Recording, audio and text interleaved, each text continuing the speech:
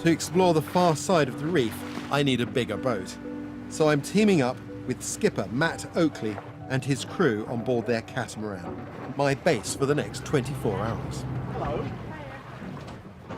Welcome aboard. Nice to meet you, Matt.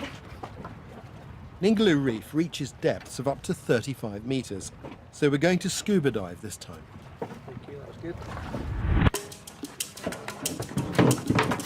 As we make our diver safety checks, there's a real sense of anticipation and excitement.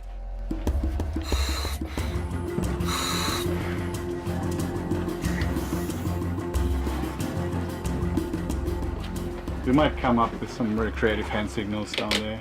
We make them up as we go along. Every diving location in the world has its own special collection. This is a shark. Shark, yeah. This is a turtle. Turtle. If it's just something awesome, then this is awesome. That's awesome, is it? Yeah, Awesome. shackers. Got that? That's Awesome. quite an Australian thing. Double awesome. Yeah. Final, okay guys, let's do this. Good. With the dive signs agreed, we get going. Daisy is joining us as our dive buddy. So my marine cameraman Marcus and I are safe to focus on the wildlife.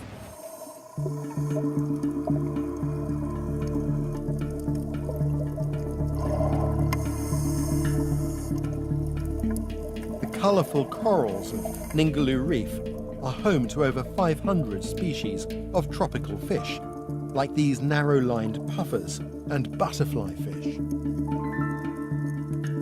Out of the corner of my eye, I spot movement on the sea floor. It's a stingray. Stingrays can be tricky to find because they spend most of their time buried in the sand, hiding from predatory sharks and larger rays. We know that stingrays have been swimming in our oceans for 150 million years. But their fossils are difficult to find because their bodies are made up of soft cartilage and not bones. The only evidence they leave behind are their teeth.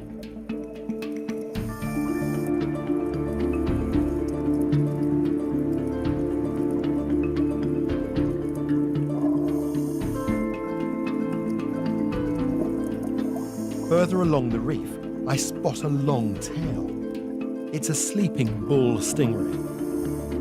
If you look closely, you can see the impressive barb on its tail that carries a deadly venom. But it will only use this in self-defense.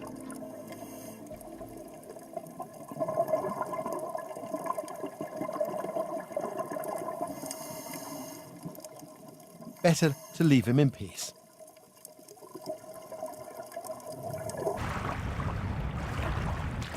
Oh, that was awesome. Absolutely brilliant dive. Thank you very much. Thanks, Daisy. It's a beautiful dive site. The coral's fantastic. You've got these little coral gardens on top with little fish in them, and the really big ray. And we left it sleeping. Yeah, we didn't want to No disturb it. disturbing of the way. That's really good. That's Yeah, to me. quite an Perfect. impressive barb on it. Did you see that? I did. That was quite impressive. Yeah, I did. What a great dive that was. And as the day ends, we all settle in for the night. Queensland proper, but we're not in Queensland. That's why we don't let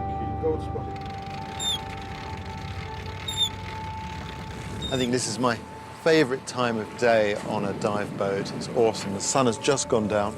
There's a relaxed calm now over the whole vessel. The day's work is done. It's good. As the sun sets, my mind is full of the things I've seen. But tomorrow, there's the chance of finding a rare giant of the ocean.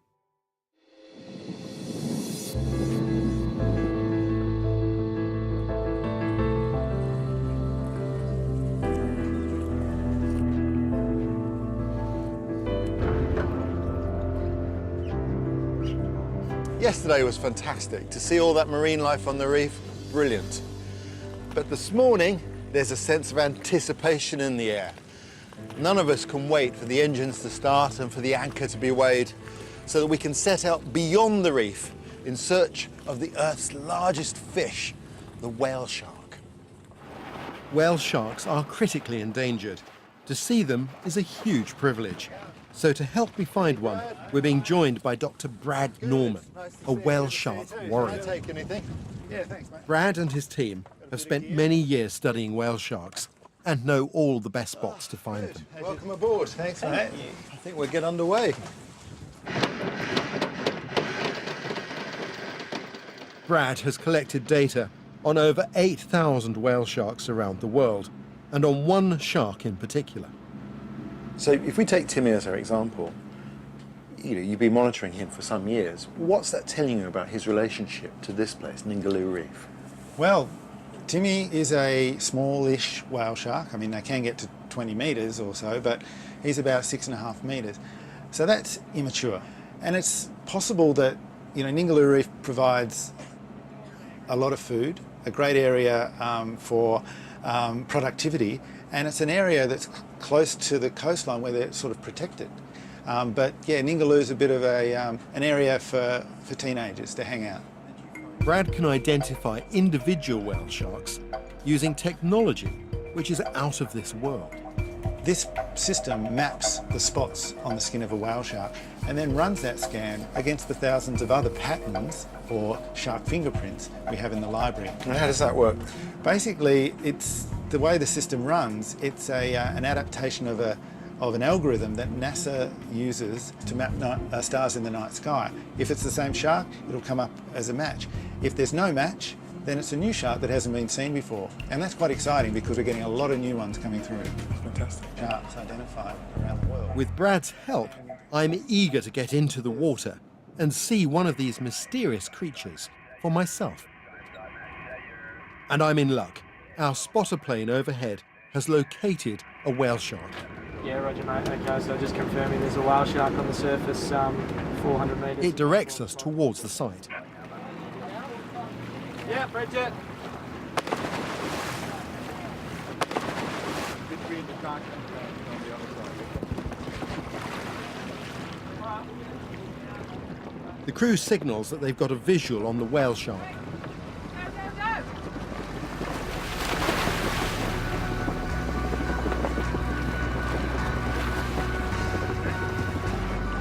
Whale sharks are harmless to humans, but we position ourselves carefully so as not to distress it. And we wait for it to come to us.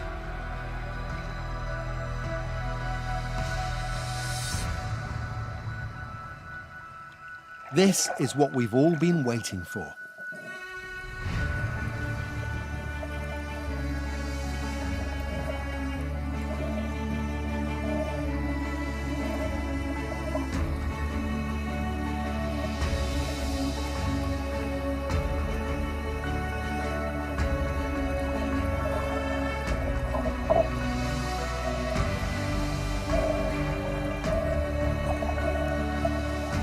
This juvenile lets me swim right alongside it.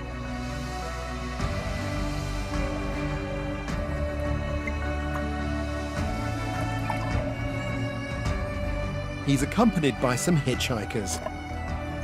But it's a mutual arrangement. These suckerfish help keep the shark's skin clean and in return get fed. His skin is tougher than that of any other animal in the world. It's covered in hard bristle-like teeth that overlap, creating a literal suit of armor. Bizarrely, the largest fish in the ocean relies for food on the tiniest creatures and plants that we call plankton.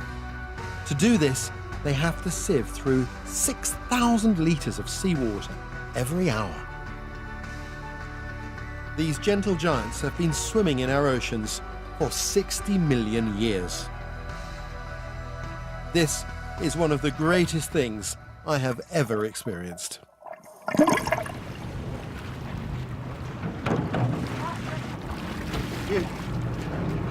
Amazing. Words fail me, to be honest with you. Wow. Whew. Beautiful shark.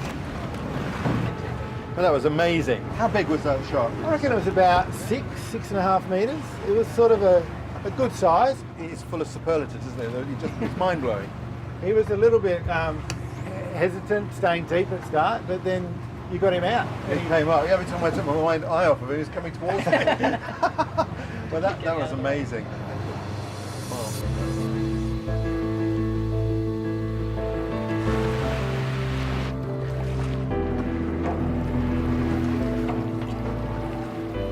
My time on Ningaloo Reef is over all too quickly.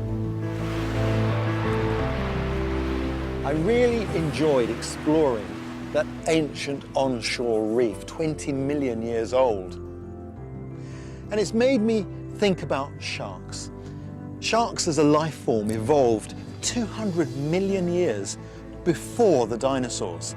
So they've been around longer than most living life forms today. To then be able to go offshore beyond the reef and to swim alongside those beautiful, harmless whale sharks, well, that's something I'll never forget as long as I live. And testimony to what a pristine coastline this remains today.